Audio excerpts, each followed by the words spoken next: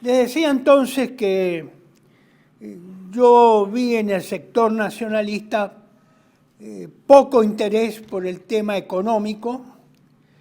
Probablemente algunos creen que eso sería un desvío de los bienes espirituales que nosotros y religiosos que debemos perseguir los nacionalistas argentinos y católicos. Creo que eso es un grave error de concepción y falta de criterio político por parte de los que piensan que dedicarse y crear o recrear o difundir los fundamentos de la economía católica impuestos a través de la doctrina, con base en la doctrina social de la Iglesia, eso no es correcto. Se desvía de la espiritualidad que debemos perseguir.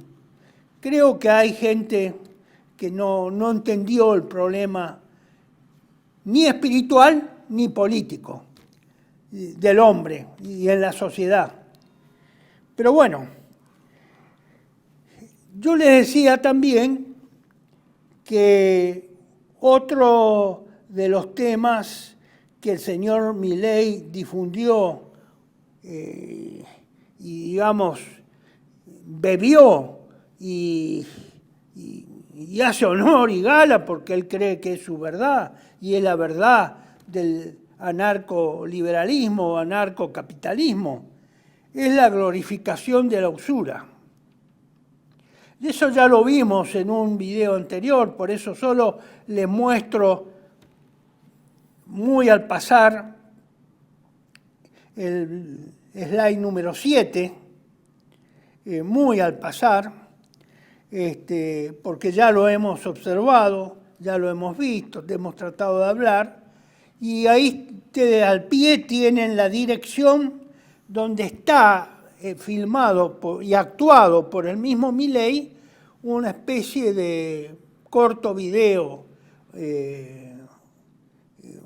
video educativo y propagandístico acerca de la glorificación del usurero y de la usura.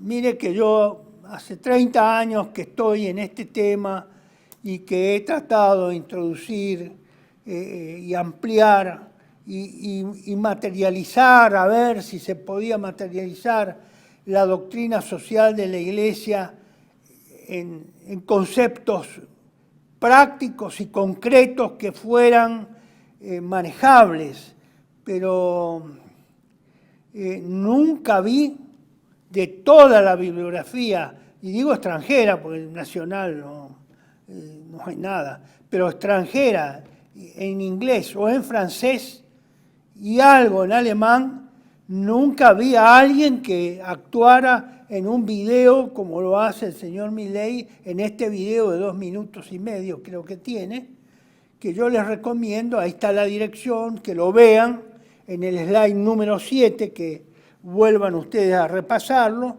al pie ustedes tienen la dirección. Véanlo, porque si no uno no lo ve, no lo cree. Y cree que a lo mejor, o que considera que estoy exagerando. Bueno, ahora para rebatir al señor Milei todos esos 2 minutos y medio, y evidentemente creo que nadie se lo rebatió, nadie se lo puso encima, nadie lo sacó como un instrumento de combate a sus ideas en la campaña electoral, a nadie le importó y creo que no deben saber, ni deben saber que Milei hizo este video y el significado terrible que esto tiene, ni tampoco dentro de la Iglesia, digámoslo en serio, ¿no? A la Iglesia tampoco es una banderada de la lucha contra la usura. Creo, y como ya lo he expresado en otros lados, y también en algunos de los videos anteriores, en la Iglesia se ha olvidado que la usura era un pecado. No ha dejado de ser un pecado desde el punto de vista, digamos, doctrinario. Sigue siendo, nadie derogó eso. Nadie anuló esa idea de que la usura es un pecado y que el usurero es un pecador. No, de hecho desapareció la aplicación y de hecho desapareció la usura como pecado. Entonces, nadie es culpable de ser usurero, de prestar a usura, a interés. Entonces, la Iglesia abandonó ese campo de batalla hace varias décadas. Por eso, los curas del tercer mundo, los progresistas, cuando surgieron en los años fines de los 60 y principios de los 70, que hubo esa inundación de curas adheridos a la interpretación marxista del Evangelio, no hicieron ninguna, ni la más mínima referencia a la doctrina social de la Iglesia, especialmente a la encíclica Quadragésimo Anno, en la que Pío XI consagra la categoría política del imperialismo internacional del dinero. Eso se lo nombra, algunos maestros nuestros lo han citado, pero ha quedado ahí, ha quedado como un cliché, como un concepto, como algo que no baja, no se explica ni por qué es esto, ni por qué es aquello, por qué es un pecado. No se explica, no. Entonces, al perderse la noción de la realidad, obviamente, la gente se olvidó, los curas y sacerdotes no hablan contra la usura y, por supuesto, estamos en esta situación. Esto no es solamente un problema intelectual del usurero y económico, como algunos creen. La usura es un problema moral, no económico, señores. La usura es un problema moral, espiritual, que surge ya en el Antiguo Testamento. Pero no, algunos creen que eso es economicismo. Y como ellos no hacen economicismo, bueno, el resto tiene que ser privado de esos conocimientos. Y eso sí, tanto en las facultades católicas, de las universidades católicas, acá, en todos los países de Latinoamérica, y Europa, y Estados Unidos, no se enseña la doctrina social de la Iglesia con el detalle que debería ser desarrollada y que ya debió haber sido desarrollada. No, son católicos aislados los que han hecho ese tratamiento, difícil de conseguir esos libros, y obviamente yo creo que ya nadie enseña en ninguna universidad del mundo nada específico sobre la doctrina económica católica, que es parte de la doctrina social de la Iglesia. Por eso la proliferación en el mundo de la usura, y inclusive he tenido que discutir con sacerdotes sobre la ilicitud y el pecado de la usura porque ellos no conocían eso. Pobres, ignoraban eso. Y no jóvenes, ya sacerdotes viejos, no digo tan viejos como puedo ser yo, sino de 50, 60 años para arriba. Bueno, seguimos. ¿Qué representa con el próximo slide? El número 8. Ustedes tienen ahí el concepto. Un concepto brevísimo sobre esta exhibición que hace el señor Milei, que filma, guía, guiona y presenta y actúa él mismo, ¿no? Obviamente el señor Milei una de las cosas que no se ahorra son las diatribas contra el Estado. Me estoy refiriendo contra el Estado en general, pero específicamente contra el Estado Nacional.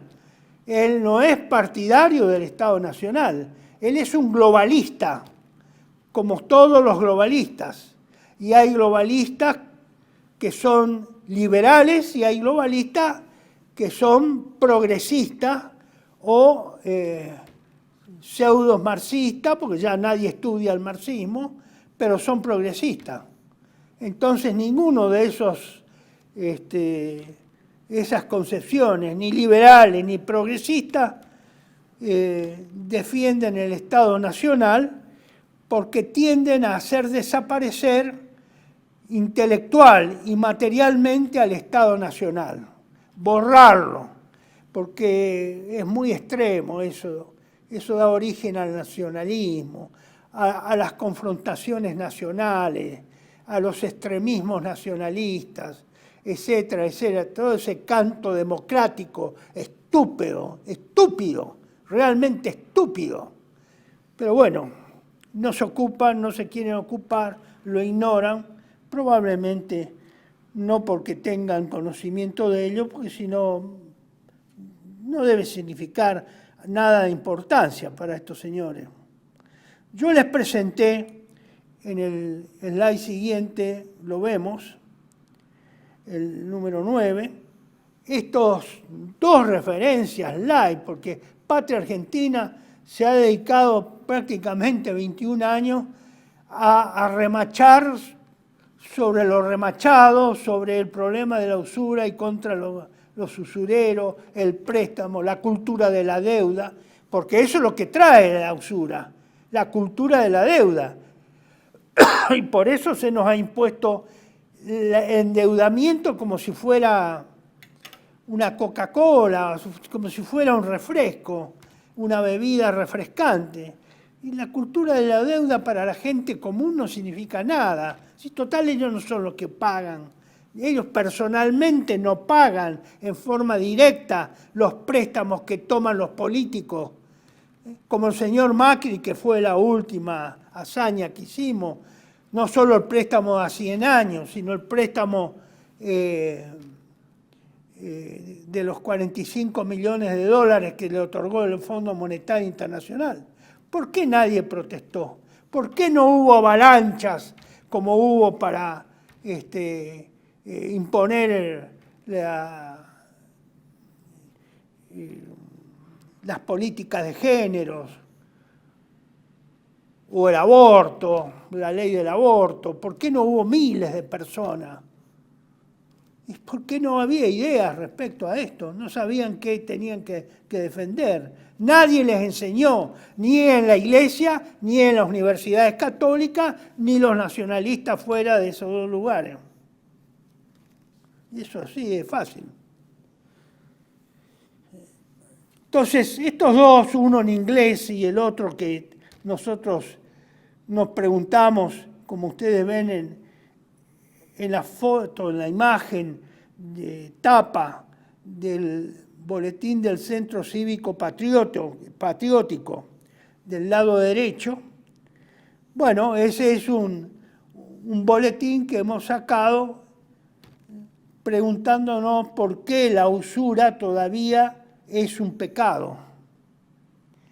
Es decir, la usura es un pecado. Bueno, creo que nadie tiene eso, ni siquiera ni hubo una mini brisa de que alguien pudiera recoger esto, profundizar la investigación y batir el parche sobre esto. No, nadie. Por eso es un país esclavizado por la deuda, esclavizado inadvertidamente por la deuda externa, por los políticos y por los intelectuales que no han trillado en este campo ni han advertido al pueblo que es más inculto, que es menos preparado, que no tiene esto, ni las universidades se han encargado de hacer esta docencia ni las investigaciones correspondientes.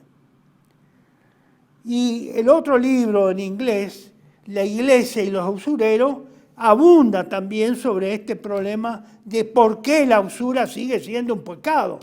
En principio porque no fue anulado por ningún papa, ni por ninguna disposición papal, nada. No fue anulada, fue olvidada absolutamente, fue no practicada absolutamente. Bueno, eso ya lo habíamos tratado en un video anterior, creo que en el mes de junio. Búsquenlo porque hasta son las mismas imágenes.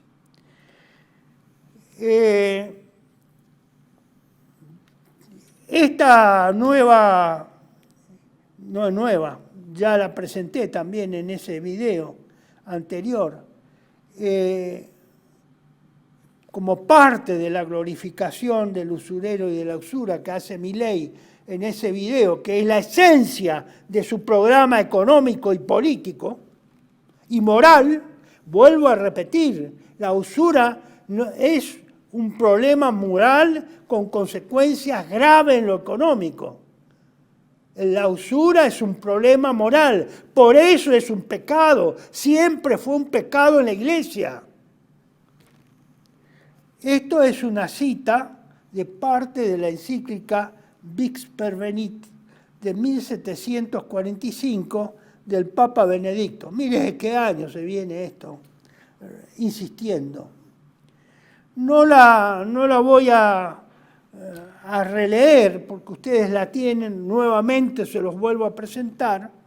Ese es uno de los puntos de partida. Vuelvo a repetir, el otro punto de partida es la encíclica 40º Anno de 1931 del Papa Pío XI, donde él confirma la doctrina y la categoría que otorga al imperialismo internacional del dinero como una realidad política existente, real, no es una ficción, no es un invento de los nacionalistas. Es una doctrina de la Iglesia Católica que fue confirmada posteriormente por Juan XXIII y Paulo VI. Bueno, vamos a ir a algo nuevo. Otra de las, digamos, de las bases laicas en la cual bebe el señor Milei ideológicamente en este liberalismo anárquico o este anarcoliberalismo o este neoliberalismo es precisamente muchos de los escritos del célebre Juan Bautista Alberdi, que fue muy promocionado, del que todo el mundo habla y se llena la boca cada vez que habla de la Constitución, o se habla de la Constitución y de la democracia, pero muy pocos argentinos actuales deben haber leído esta obra y el sistema rentístico argentino adaptado a la Constitución. Veamos este párrafo que recién estaba exhibido, el número 11, señor director. Entre comillas, sacado del sistema económico y rentístico de la Confederación Argentina. Proteged al mismo tiempo empresas particulares para la construcción de ferrocarriles, dice el señor Alberdi y recomienda. Colmadla de ventajas, de privilegios, de todo el favor imaginable sin detenerse en medios. Preferid este expediente a cualquier otro. El pueblo de Caldera, es decir, el pueblo del ferrocarril, se ha improvisado alrededor de un ferrocarril, como en otra época se formaba alrededor de una iglesia. Son insuficientes nuestros capitales para esas empresas. Entregadla entonces a capitales extranjeros. Dejad que los tesoros de fuera, como los hombres, se domicilien en nuestro suelo. Rodead de inmunidad y de privilegios el tesoro extranjero para que se naturalice entre nosotros.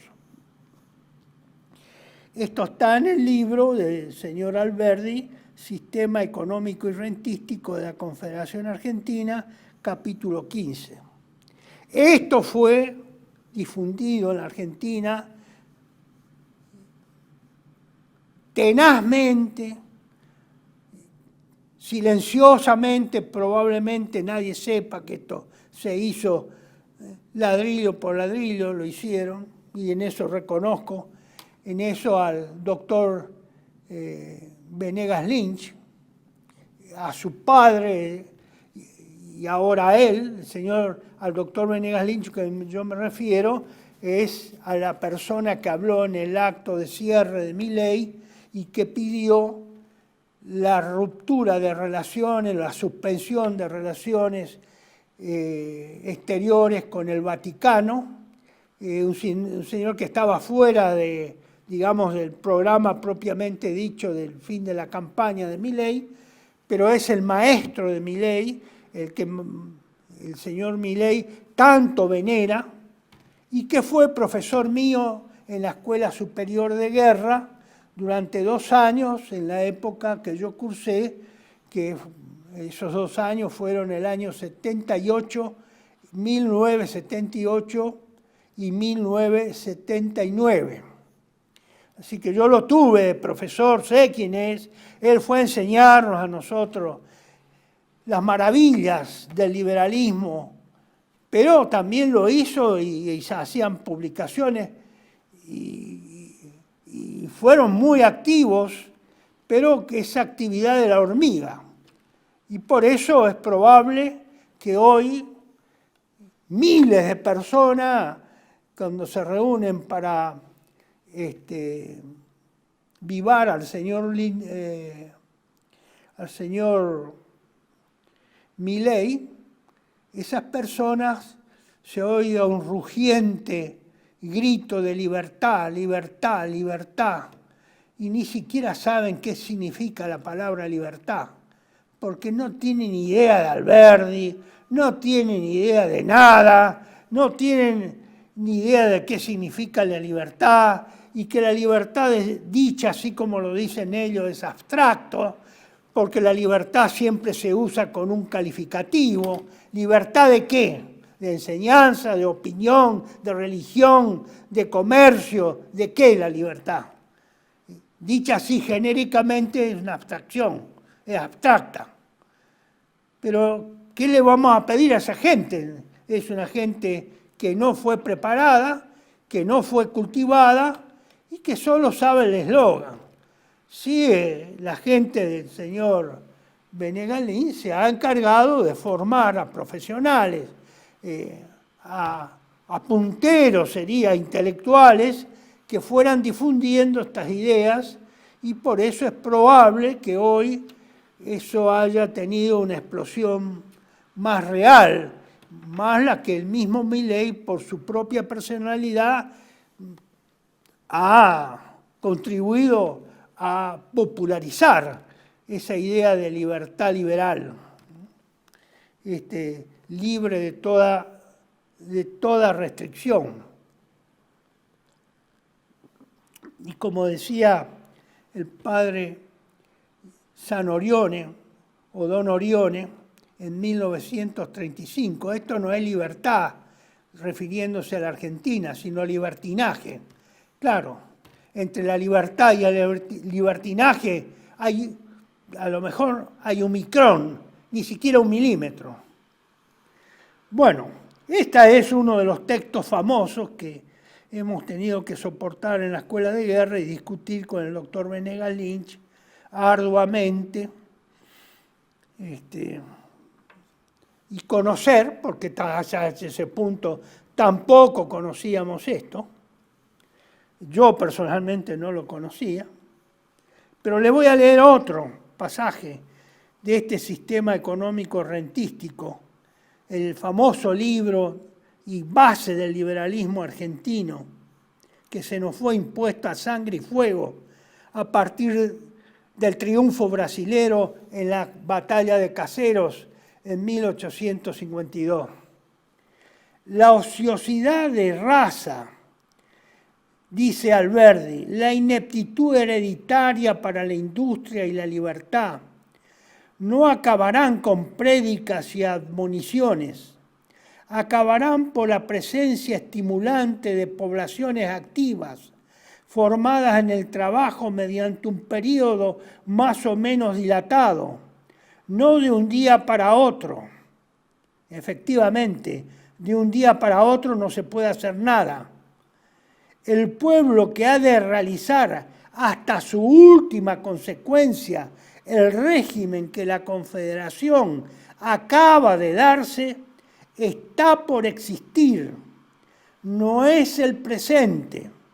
Es decir, no existía en ese momento, al aprobarse la Constitución. No existía, estaba por existir el régimen. No es el presente, y justamente sabia la Constitución moderna por haberse combinado para formar la futura República Argentina, que no existía en el momento de la aprobación, ni inmediatamente después. Era una república que había de venir, que había de formarse, que tendría que fundarse. Fíjense el alcance de las palabras de este señor, alabado como prócer por los argentinos.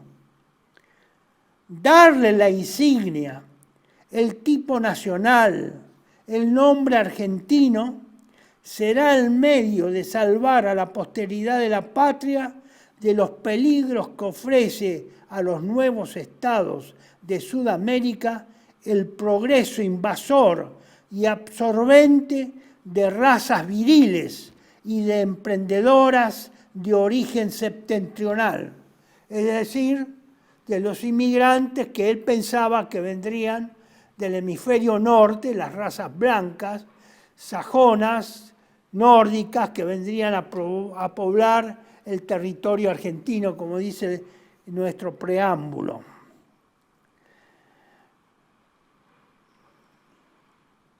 Que ofrece a los nuevos estados de Sudamérica el progreso invasor y absorbente de razas viriles y emprendedoras de origen septentrional, es decir, del hemisferio norte.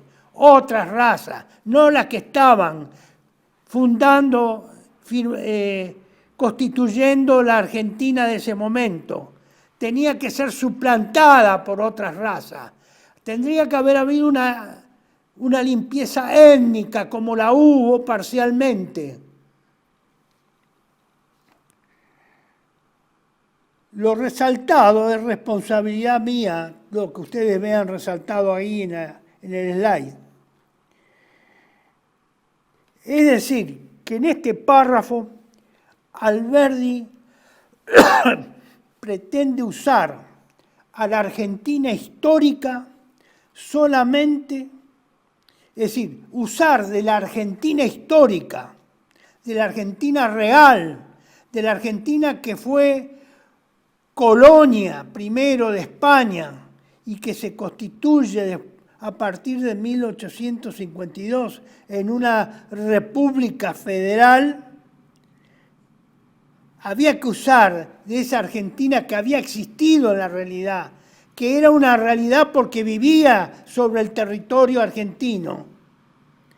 Las insignias, los símbolos y el tipo nacional, para encuadrar ese nuevo pueblo que todavía no había llegado, todavía no había bajado de los barcos, que habría de habitar el territorio argentino.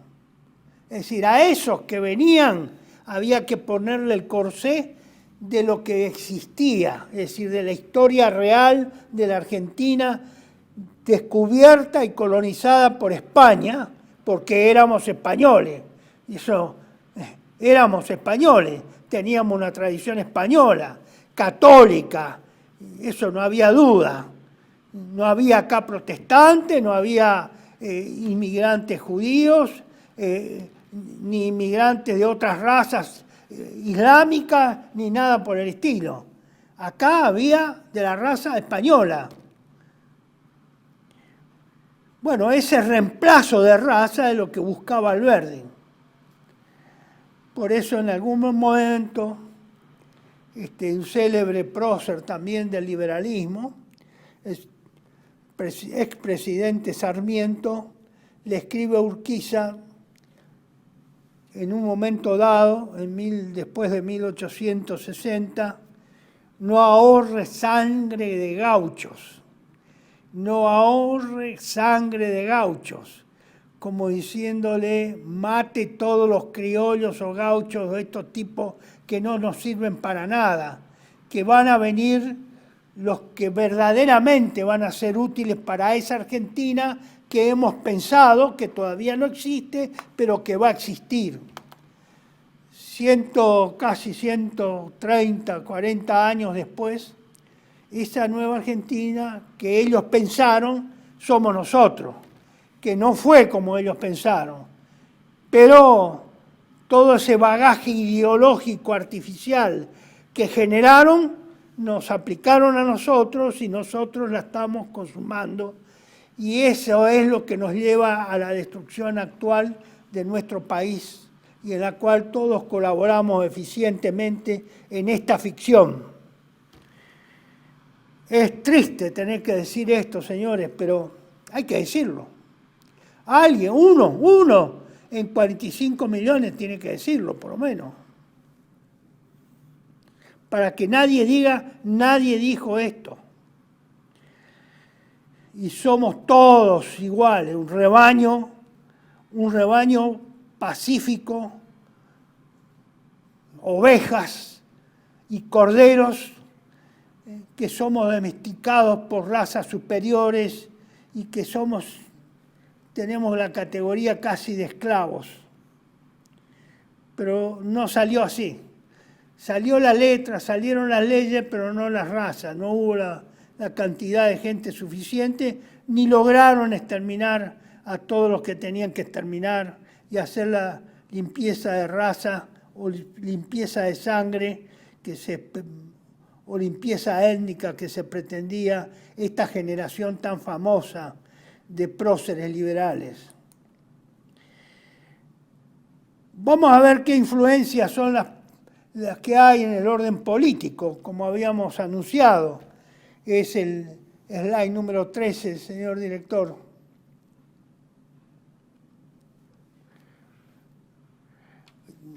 Como primera medida tenemos ahí el señor Macri, el Foro Económico Mundial de Davos, el Departamento de Estado de Estados Unidos, y todo eso a su vez confirma con los actos del señor Milei, que está por viajar a Estados Unidos y próximamente al Estado de Israel, no sé, a Estados Unidos, evidentemente, porque lo ha dicho reiteradamente, inclusive después de su triunfo, que él se iba a alinear o iba a alinear el país. Y eso es lo que votaron, porque también lo dijo antes de las elecciones.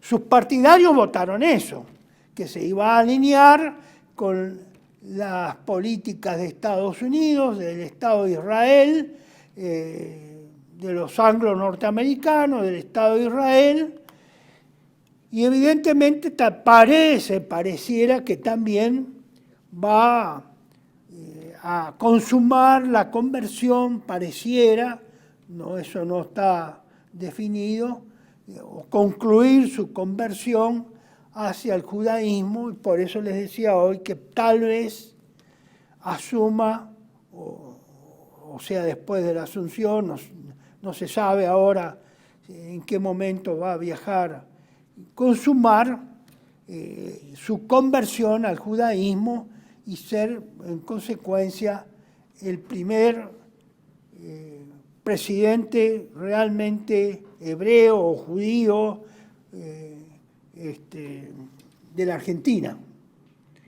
Que eso también fue profetizado por don Orione en 1935, en una de sus profecías, uno de los sacerdotes señala que Orione dijo, habrá el día dentro de algunos años en que habrá un presidente judío, inclusive hace, entre otras referencias, yo lo he presentado varias veces eso, se cumplirá entonces esa parte de la profecía de don Orione, hacía alusión que aún en ese momento, en 1935, había muchas revistas o muchos medios de comunicación que eran judíos pertenecientes teóricamente a la iglesia, pero que eran judíos. Hace todavía esa alusión sarcástica, como diciendo, bueno, esto ya está casi todo está conquistado por un sector social o racial o religioso o laico, como se lo quiera tener, que es una realidad. Y contra la realidad no hay que enojarse, es la realidad. Ha sido votada, así que a los argentinos les gusta eso. Y por lo tanto, todo es válido mientras se vote, según la doctrina, ¿no? Bueno, detalladamente vamos a ver esa influencia política en qué se traduce. Mauricio Macri fue entrevistado el lunes pasado por Morales Solá, creo que en TN, y ahí tuvo una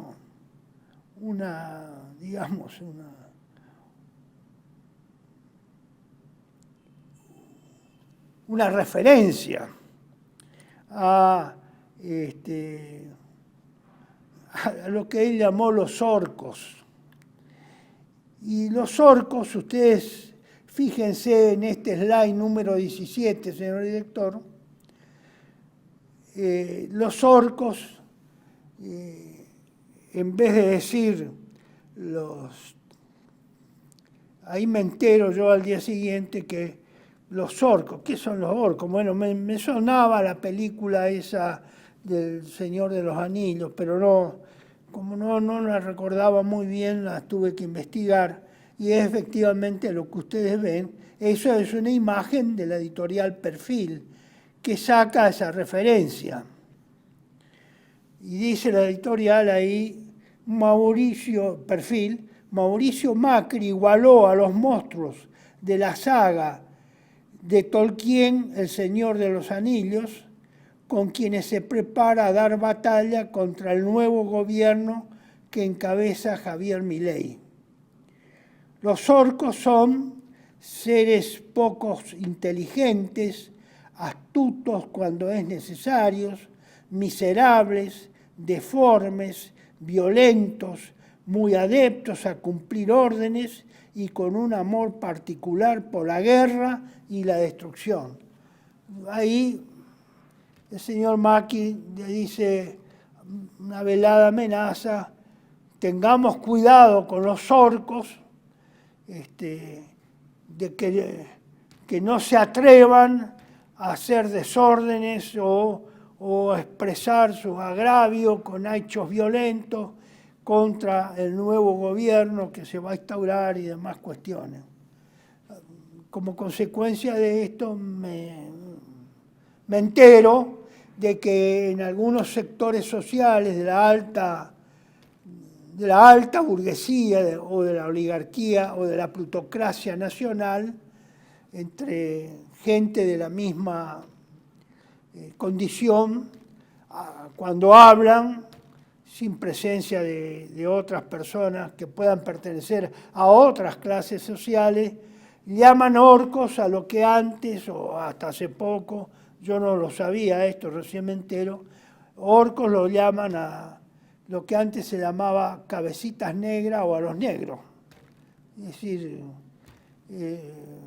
realmente un eufemismo para designar a esa clase baja, normalmente pobre, trabajadora, que vive pidiendo cosas, y parece que en las conversaciones íntimas de esa clase social se habla así, de los orcos, no se dice de los negros, pues probablemente para que no haya infidencia, seguramente, no sé la finalidad. Esa es una de las aplicaciones que tenemos, ¿no?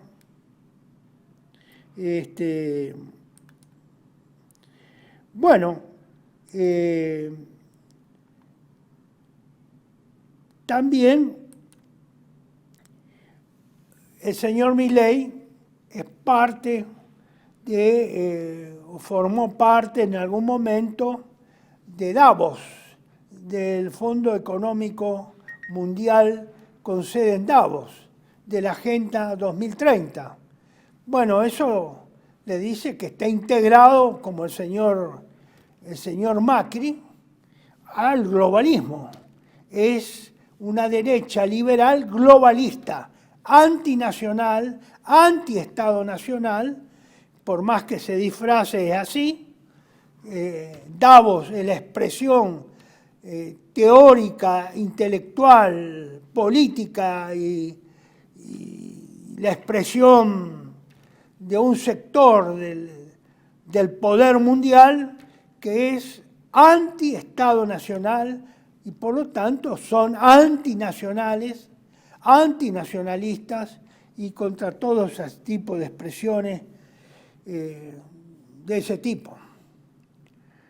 Después tenemos la influencia que se recoge del Departamento de Estado de USA y de otras organizaciones que facilitan el entrenamiento, la graduación, los estudios de gente becada que es invitada a cursar en Estados Unidos, en algunas universidades o escuelas o institutos, que al final muchas suelen ser frentes o de la CIA o del Departamento de Defensa norteamericano.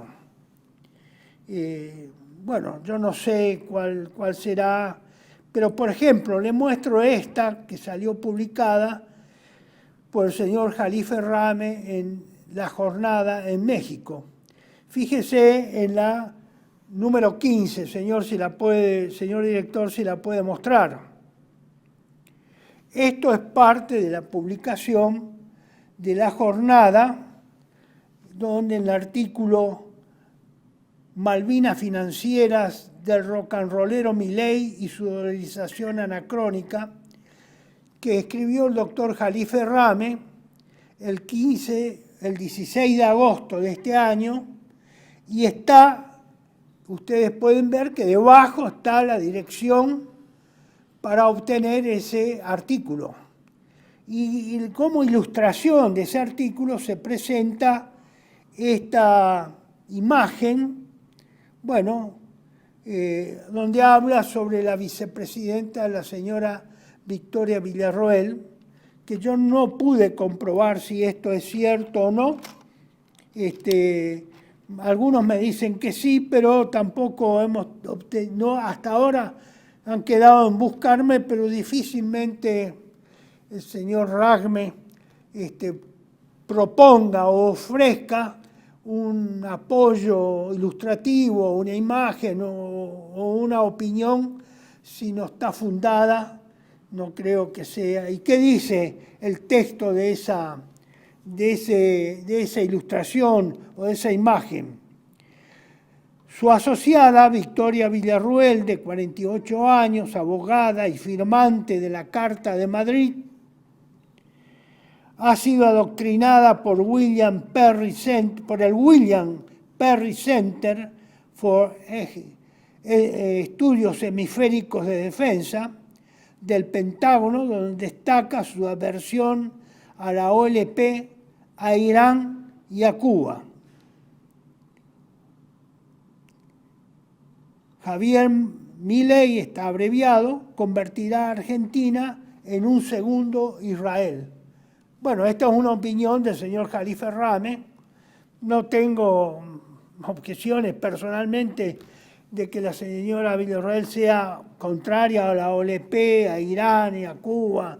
Eso es una opinión política. Pero este tipo de centros, hay otros que difunden esta doctrina liberal, que también han salido de centros que son llamados, en la jerga de la inteligencia, frentes de la CIA, que pertenecen a la NET, que ya hemos hablado en otra oportunidad, y en la cual se han realizado cursos especializados y que en la Argentina tienen mucha aceptación y son muy apoyados por distintos medios, distintas fundaciones o gente con recursos y que pueden moverse por todo el país, andar por acá, por allá, por todos lados, y que se le ofrecen esas posibilidades, ¿no? Por eso hay que tener cuidado con esa actividad cultural o paracultural que realizan algunos estados ofreciendo esas facilidades, becas y enseñanzas, porque después generalmente se las usan como fuente de reclutamiento para otras tareas. Algunas podrían llegar a ser hasta de inteligencia o agentes de influencia, que es otra cosa que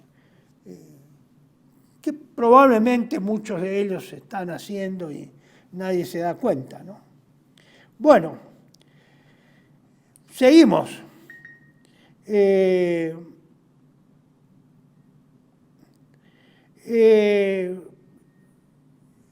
En esta influencia política, si ustedes lo ven, señor director, en el slide 14, nos queda por ver el departamento, bueno, ya el nombrado Departamento de Estado y de Defensa de Estados Unidos, lo que sería llamado el mundo libre todavía, que es como lo dijo Milei, que el alineamiento es con los anglo-norteamericanos, con Israel y con el mundo libre. Claro, esos son conceptos de la Guerra Fría que fueron inyectados durante la Guerra Fría. El mundo libre es todo el Occidente, sigue la dialéctica operativa de la Guerra Fría. Occidente versus Oriente, mundo libre, mundo comunista, y que yo sepa, la Unión Soviética dejó de existir en 1991, hoy es un país capitalista.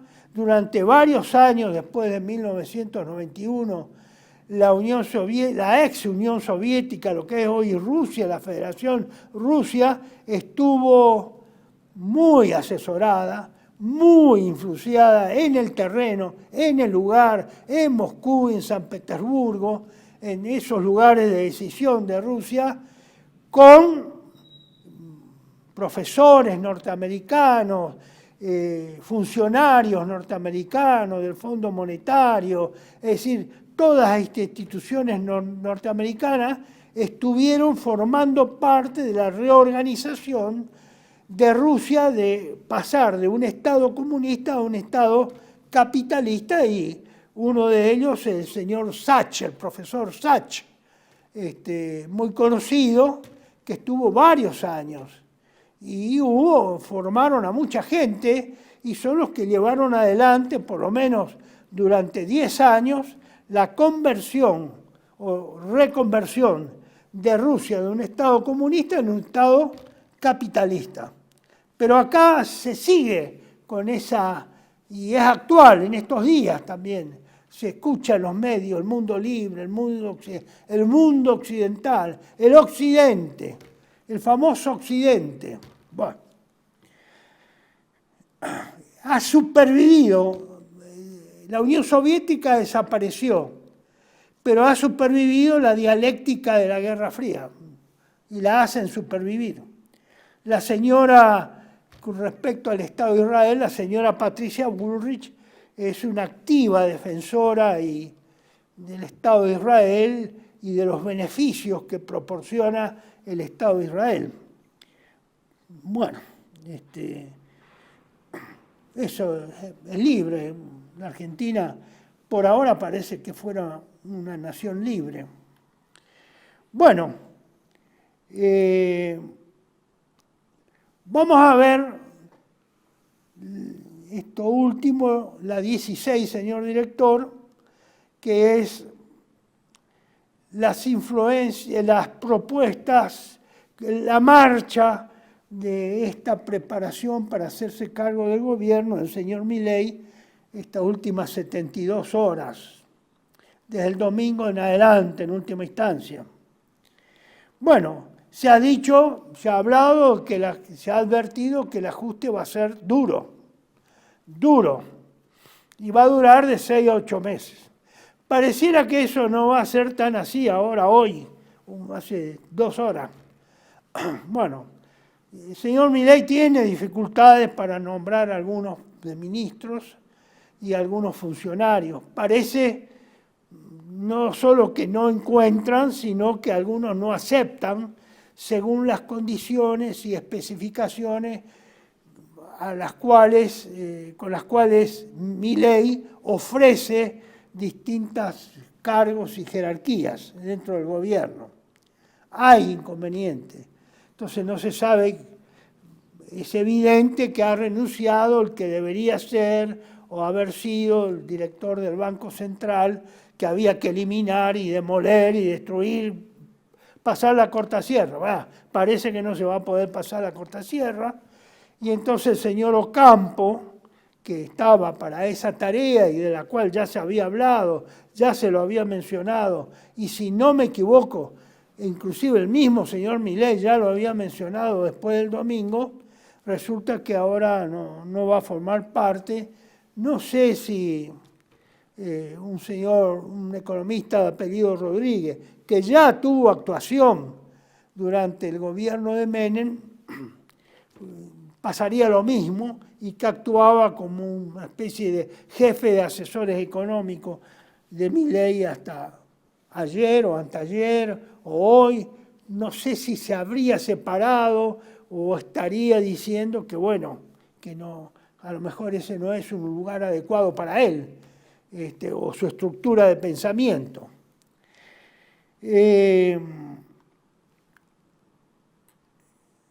Y está la advertencia a los orcos, que ya hemos hablado, y la advertencia viene como represión. Guarda que vamos a reprimir, o guarda que se va a reprimir. Pareciera que la confirmación de esa tendencia estaría en que la señora rival en las presidencial, en las pasos del señor Milei, que es la señora Bullrich, sería ya casi como seguro ministra de Seguridad, como lo fue con el señor Macri. Y probablemente se recurre a ella, o porque no hay otro que quiera agarrar eso con esa tónica de que tal vez haya que reprimir, o porque ella sea la más confiable para esa tarea si llega a esa instancia y hay desbordes violentos o de tipo social o demás cuestiones. En última instancia, en síntesis, como concepto general, en la economía y en el orden social, parece que se va a redictar como tendencia continuar o dar continuidad al interrumpido proceso de reorganización nacional que fue el gobierno militar, a la parte económica y social que tuvo su cabeza visible el señor Martínez de Oz y algunos colaterales que lo acompañaban. Es decir, se vuelve a esa misma base de operaciones y de punto de partida. No sé si en el punto que lo dejó el proceso o va a haber otra actividad más leve, más suave, y será por tramos menos conflictivo. Bueno, respecto a eso,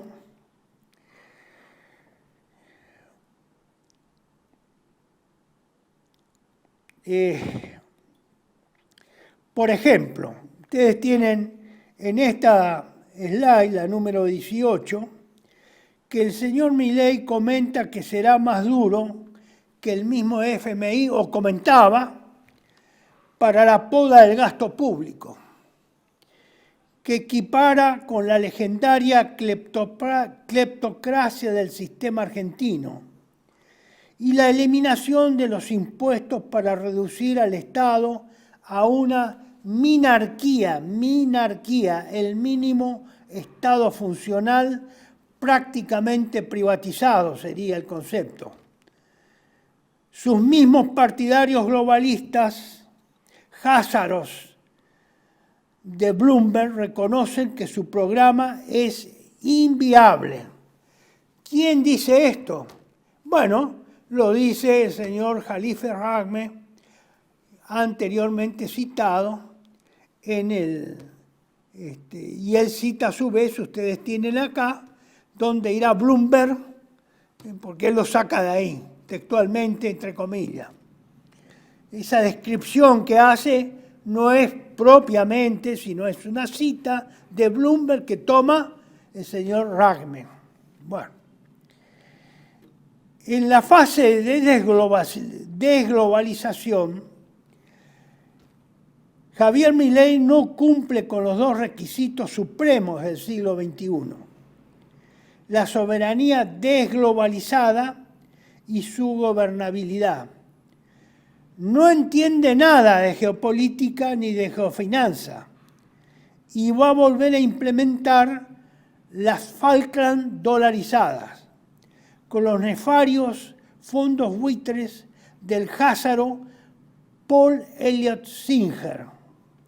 Y ahí está la dirección de donde sacó esa cita relacionando a Elliott Singer de los fondos buitres, que lo llama házaro, realmente es así, es házaro, que entrega la Antártida a la globalista anglófera, sionista, es decir, a la Inglaterra que la califica de sionista, fuerte revés regional de los BRICS y su yuan. Eso lo dice el autor de este artículo, el doctor Jalife Rahme, ya citado, y ustedes tienen aquí, pueden sacar las direcciones de internet donde él toma esas citas y los fundamentos de esa cita. Bueno, quería mencionar lo siguiente, no lo voy a leer porque llevaría unos minutos, ya estoy pasado. Uno de los puntos que hemos visto anteriormente en el resumen, creo que era en el número 14, si me pone por favor el slide número 14, señor director, hablábamos,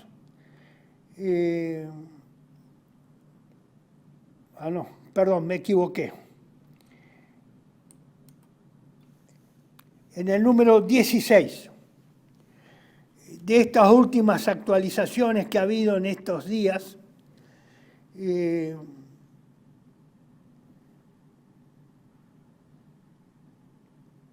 hablaba de la señora Victoria Villarroel, a raíz de que se comenta en varios medios lo que primero se quiso hacer creer que era una fake news. Si usted pone el número 23, le voy a agradecer. En estas fake news no son fake news, son la tapa de revistas o de blogs o de publicaciones electrónicas de internet. En una dice, en el lado derecho, Milei le dio el Ministerio de Seguridad a Patricia y agrava la tensión con Villarroel. En la imagen del medio dice, eso es del día 23 de ayer, 23/11 del 2023. Después, en este del medio, dice, Milei corrió a Villarroel de Seguridad, Defensa y la AFI, es decir, el Servicio de Inteligencia, y se recluirá la señora Villarruel en el Senado. Eso es del día 22 de noviembre. Y del 21 de noviembre es la imagen del lado izquierdo. Milei corrió a Villarruel de Seguridad, Defensa, etcétera, etcétera. Eso es del día 21 de noviembre. Sobre este último, que yo me encargué de buscar después si había otra fuente para asegurarme de que no fuera una falsedad, bueno, encontré este del día 22 y por eso el día 23 procedí a hacer una breve reseña respecto a esta información, a gente conocida, amiga, que recibe el boletín de información y opinión de Patria Argentina. Bueno, ¿qué es lo que digo ahí? Bueno, es una apreciación que hago sobre el problema que está pasando la señora Villarruel respecto en su relación con el señor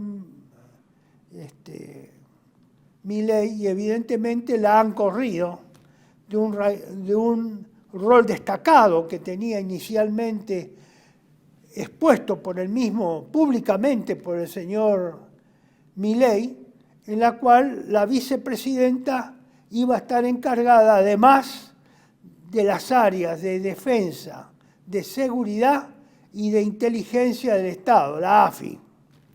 Eso, como ustedes ven por los títulos que leí, fue corrida y eso habría ocurrido a raíz de una discusión que aconteció el día 21, creo que el día 21 o 20 de noviembre, 20 o 21 en horas de la noche, con la señora, una tensa discusión con el señor Milei, el día 20 o 21 a la noche, y por eso se habla de que fue corrida en esos artículos señalados y mostrados, de que ya son varios, inclusive uno del día de hoy que pude encontrar así al pasar. Entonces yo no voy a leer porque tardaría mucho más tiempo.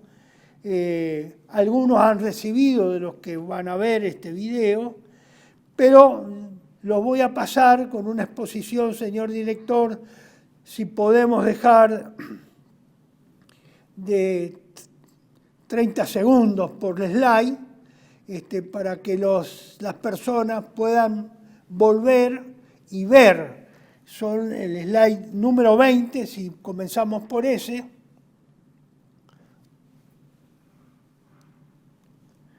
Y usted a los 20, 30 segundos cámbielos como para dar tiempo a copiarlo, a sacar una imagen de copia, etcétera, para los que escuchan. Esa es la página, un minutito, esa es la página número 21.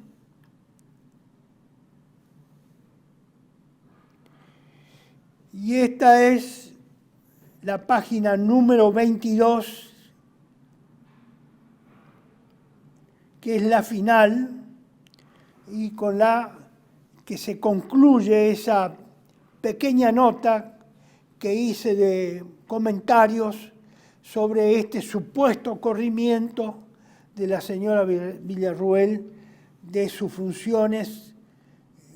No se la saca de sus funciones específicas para las que fue elegida legalmente, sino de esas áreas que ella le habrían sido otorgadas por Milei, más su cargo de vicepresidenta. No sé, eso se verá con la firma de los decretos correspondientes, si eso es o no cierto definitivamente, pero algo debe haber. algo debe haber y alguna tensión debe haber ocurrido. Con lo cual quiere decir que el señor Milei no tenía todo afiatado el día en que resultó triunfador el día domingo pasado. Faltaba y faltaba mucho. Seguro que las alianzas que hizo a posteriores con el exgobernador, o todavía próximo a ser exgobernador Schiaretti de Córdoba, con el señor Macri, con la señora Bullrich y con algún otro funcionario del PRO o de Juntos por el Cambio o de otro agrupamiento político, se han llevado a cabo después, y lo que ha obligado a Milei a tener que conceder cargos y ubicar a otras personas o dirigentes políticos en los lugares que correspondía o asignados primariamente a la señora Villarruel, o teóricamente asignados, ¿no? Ustedes ven también este slide que es muy breve. Ya se los voy a decir después la referencia de dónde se toma en general esta. Es el slide número 26. Bueno, ustedes ven ahí unas expresiones de argentinos que piensan textualmente, y está entre comillas, que se rompa todo, después hablamos. Otro equivalente, que explote todo, entre comillas. Y el último, cuanto peor, mejor, entre comillas. ¿De dónde sale parte de todo esto? Esto sale de unas expresiones de la señora Patricia Bullrich, que lo señaló el 30 de octubre, y esto está en el slide número 29. Patricia Bullrich, durante una entrevista con el canal La Nación Más, pronosticó sobre las próximas semanas. Dijo que, entre comillas, lo que nos está pasando es el anuncio de la tragedia argentina que el 19 de noviembre explota. Está explotando antes, cierre de comillas. Y para sorpresa de los conductores televisivos afirmó, ojalá explote antes, entre comillas. Ámbito financiero, 30 de octubre, y ahí está la dirección de internet donde sale ámbito financiero.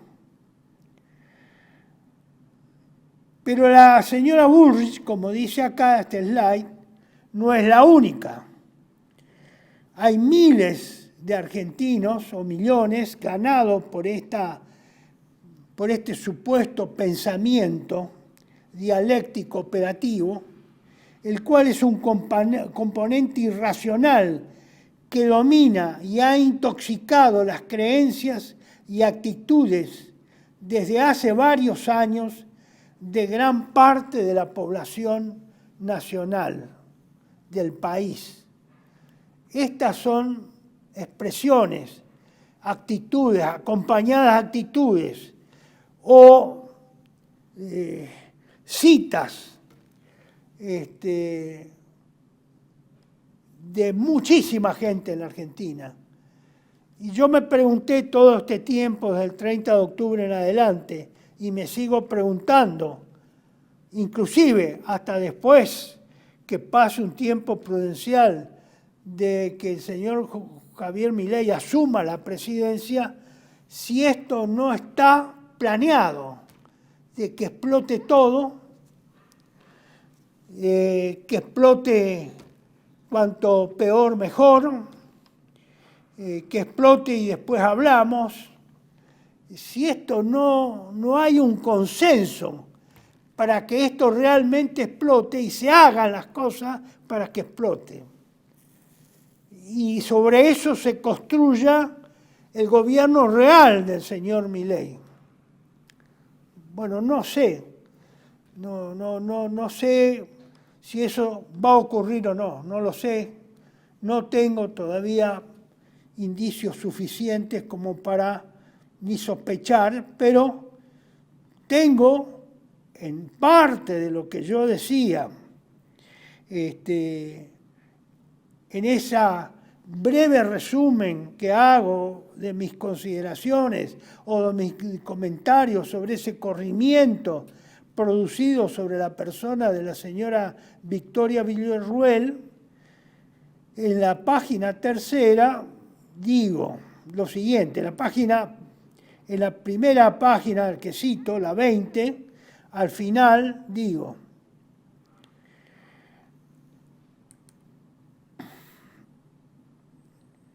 que en 1987, después de haber sido relevado como jefe de regimiento mecanizado 35 en la guarnición de Rospente, me reuní inmediatamente que llego a Buenos Aires con un querido amigo brasilero que había venido a Buenos Aires con su señora para exponer en un congreso de política internacional y me dejó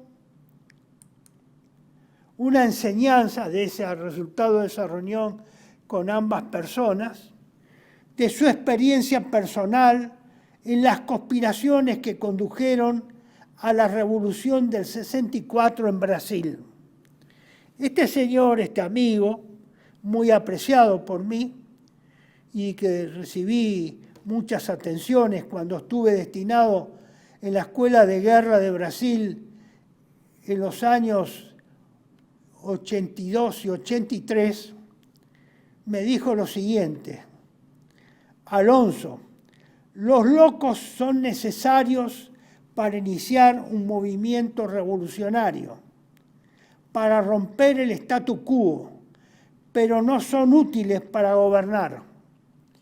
Eso a mí me quedó en medio de la conversación, no supe interpretar qué me quería decir, qué mensaje consistía esto, por qué me lo decía. Eso me quedó trabajando unos días, conversé con mi señora, cambiamos de idea. Después, con el tiempo, me di cuenta a qué se refería y pensé, este amigo sabía por algún medio de inteligencia los acontecimientos que habían ocurrido con la Semana Santa de 1987 y los personajes que habíamos intervenido directamente y que éramos los más antiguos. Después me di cuenta, pero no me di cuenta en ese momento. Y ahora me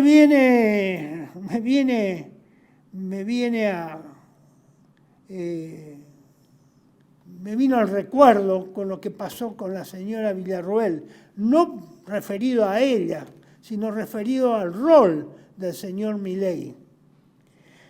Y digo en un párrafo, creo que Milei tiene ese rol, es decir, ese rol que le asignaba a los locos este señor respecto a la revolución del 64, cuando estaba en la conspiración para lanzarla y que costaba, porque no se quería evitar un derrame de sangre costosísimo para el Brasil, y ellos querían elegir a alguien que ayudara a que eso no se provocara. Él llegó a la conclusión de que solo un loco podía arrancar y a lo mejor, con ayuda de Dios, no provocar el derrame de sangre. Entonces, mi conclusión ahora, 30, 40 años después, es que creo que Milei tiene ese rol, conociendo a sus pragmáticos socios íntimos, los Estados Unidos, Israel y el mundo libre, que fueron los mismos que los militares considerábamos como aliados de las Fuerzas Armadas en la guerra contra la subversión. Hoy son miles los presos y cientos los que murieron en prisión, y a esos socios les debemos esta situación, es decir, de los militares presos por miles y muertos por cientos en prisión. Sin embargo, en mi conclusión, nuestros obstinados camaradas, me refiero a los militares víctimas de esta persecución jurídica que se realizó a partir del año después de la asunción del señor Néstor Kirchner a la presidencia y después de su viaje a Estados Unidos imprevistamente y de haberle tocado el muslo como si lo hubiera conocido hace mucho tiempo al presidente Bush en una reunión que apenas duró 15 minutos.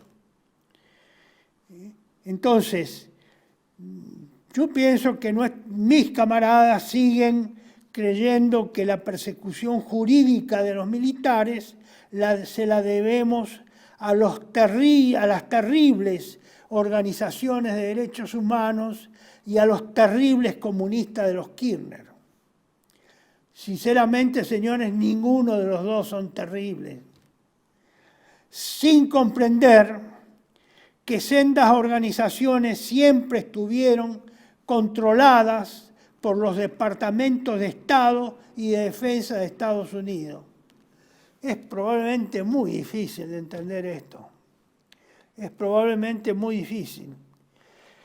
Por eso, si usted pone de nuevo, señor director, la número 21, se lo dejo como un flash para que usted repase los dos últimos, esta página completa y vea, a ver si puede comprender. Yo de los derechos humanos y las organizaciones de derechos humanos y el comunismo supuesto de los Kirchner, eso es una gran mentira, es una fábula que fue generada, fue fabricada con la ayuda de los elementos de inteligencia de Estados Unidos, de Inglaterra, del mundo libre, del Estado de Israel. Y el señor Kirchner fue convertido casi después de su regreso de Estados Unidos en un líder súper izquierdista, perseguidor de los militares y especialmente a su esposa, la que fue después presidente, la señora Kirchner, y luego ahora actualmente presidente. Yo creo que ahí entre los Kirchner, y eso lo digo verbalmente porque fueron deducciones de muchos años, y yo tengo que completar todavía el boletín de información y opinión número 7, creo que es de septiembre, que quedó inconcluso, pero en la próxima semana lo voy a girar, la parte que faltaba, de argumentación de lo que pienso. Eso no fue hecho por comunistas terribles, terroristas, ni nada por el estilo. Eso fue hecho por el mundo libre, el mundo, nuestros aliados occidentales, fraternos aliados occidentales, que nosotros creímos como aliados, que crearon eso, que movieron las voluntades para anular las leyes de obediencia debida y de punto final, que fueron anuladas por el mismo Congreso que las aprobó, el mismo Congreso que las aprobó. Eso no se borra por la sugerencia del presidente Kirchner, que en términos totales sacó el 16% de los votos reales positivos que hubo en la elección. No, un presidente con 16% no mueve casi con unanimidad la voluntad de todos los sectores políticos para anular esas leyes, para contradecir la Corte, contradecir su propia jurisprudencia, la propia, no es una jurisprudencia norteamericana, inglesa o francesa, no, la jurisprudencia de la propia Corte, algunos de ellos probablemente la hayan firmado, anulando jurisprudencia que podrían beneficiar a los militares que iban a ser perseguidos. Esos fueron un poder, un gran poder movió todo eso. La arquitectura jurídica que hizo esa arquitecta jurídica, no fueron un diputado comunista, ni un socialista, ni un montonero, ni tampoco uno del ERP. Fue la señora Carrió, la arquitecta jurídica, que reemplazó, que anuló esas leyes. No fueron los izquierdistas, no fueron los diputados, no sé si había algún diputado. Y estamos, y discúlpenme que diga, pero tengo que decirlo esto y haberlo expresado en esta oportunidad, porque no sé qué puede venir o qué se ha preparado, porque estos aliados son aliados peligrosos. Estos, en principio, no creo que sean de buena fe. Ya lo vimos en Malvinas, la trampa de Malvinas. Bueno, nadie cree en la trampa de Malvinas. Prefieren culpar, inventar un borracho y culparlo de borracho al general Galtieri y a otros más. No, pero acá hay una voluntad también argentina. Esto no es solo culpa de los aliados. Acá hay un fermento que no quiere ver, que no quiere comprender, que no quiere escuchar, que no quiere saber de estas cosas, que hace oídos sordos. Bueno, pero antes de morirme tengo que decirlo con claridad, por la duda, porque no logro que me comprendan. Y no solo he fracasado para tratar de hacer una biblioteca que reuniera las bibliotecas de todos aquellas personas intelectuales, defensoras del Estado Nacional argentino, de la patria argentina, que fuera juntando toda esa bibliografía que iba a desaparecer como está desapareciendo poco a poco. Yo fracasé en eso, fracasé en tratar de que alguien ayudara a hacer una escuela de economía política o una escuela de economía, sí, política nacional, como la hicieron los norteamericanos después de su independencia con Lis, que era alemán, con el señor Casey, que era norteamericano, y que ellos hicieron una escuela que duró su hegemonía hasta principios del siglo XX. Pero bueno, no tuve los argumentos, no supe hacerlo, no tuve la capacidad, no encontré la persona, esa es responsabilidad mía. Lamentablemente, acá cuando uno encuentra que hay miles que a veces lo citan cosas que yo he publicado, pero no citan la fuente, no, por miedo a citar a Patria Argentina, ojalá alguien hubiera puesto el oído y hubiera tomado él esta iniciativa que yo no supe hacer y la hubiera hecho él. Ojalá hubiera habido, lo hubiera bendecido eternamente a esa persona, no me hubiera sentido ofendido. No encontré a nadie, Se nota que finalmente a veces yo llego a la conclusión, porque voy cambiando, no se entendió lo que yo quería decir, o yo no me supe explicar, fui muy bruto. Entonces, cuando uno es bruto, no se sabe explicar, no sabe relacionar los pensamientos, la gente que lo interpreta, que está escuchándolo, no asume ninguna conclusión.